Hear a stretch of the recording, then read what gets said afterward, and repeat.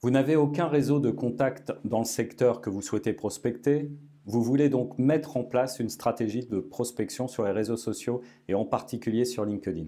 Cette vidéo vise à vous donner quelques indicateurs clés pour mesurer la performance de vos actions. Vous êtes sur LinkedIn et votre objectif est de développer votre carnet d'adresses en ciblant des dirigeants qualifiés par rapport à votre offre. Le premier chiffre à connaître, c'est le taux moyen d'acceptation que vous obtiendrez si votre profil est professionnel. 30% environ. L'explication est la suivante. Un tiers des comptes sont des comptes dormants. Un tiers des profils ne vous accepteront pas. Un tiers des profils utilisent LinkedIn pour développer réellement leur réseau et seront intéressés par l'échange de contacts réciproques. Si vous contactez 300 dirigeants durant un mois, vous aurez donc 100 acceptations. La figure ci-dessous permet de visualiser les résultats de deux campagnes différentes.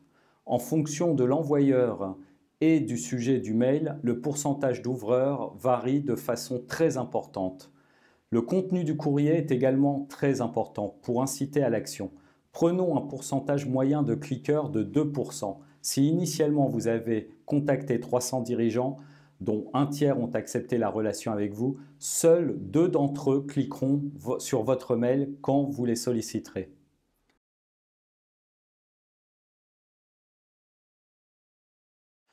Une fois vos prospects sur votre formulaire d'inscription, par exemple, ils seront nombreux à abandonner. Si nous prenons un taux de transformation de 25% sur les 300 personnes que vous avez contactées initialement, il n'y aura donc qu'une transformation de 0,5 pour 300.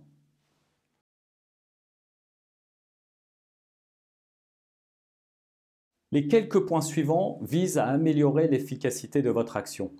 Consolider dans le temps, x10. La prospection se fait dans la durée. 10 mois de travail similaire, c'est mécaniquement 10 fois plus d'efficacité mensuelle. Un profil magnétique, x 1,5. Devenez expert pour vos prospects, ils viendront vers vous et votre efficacité augmentera mécaniquement. Activez vos prospects sur des besoins réellement urgents pour eux, x 5.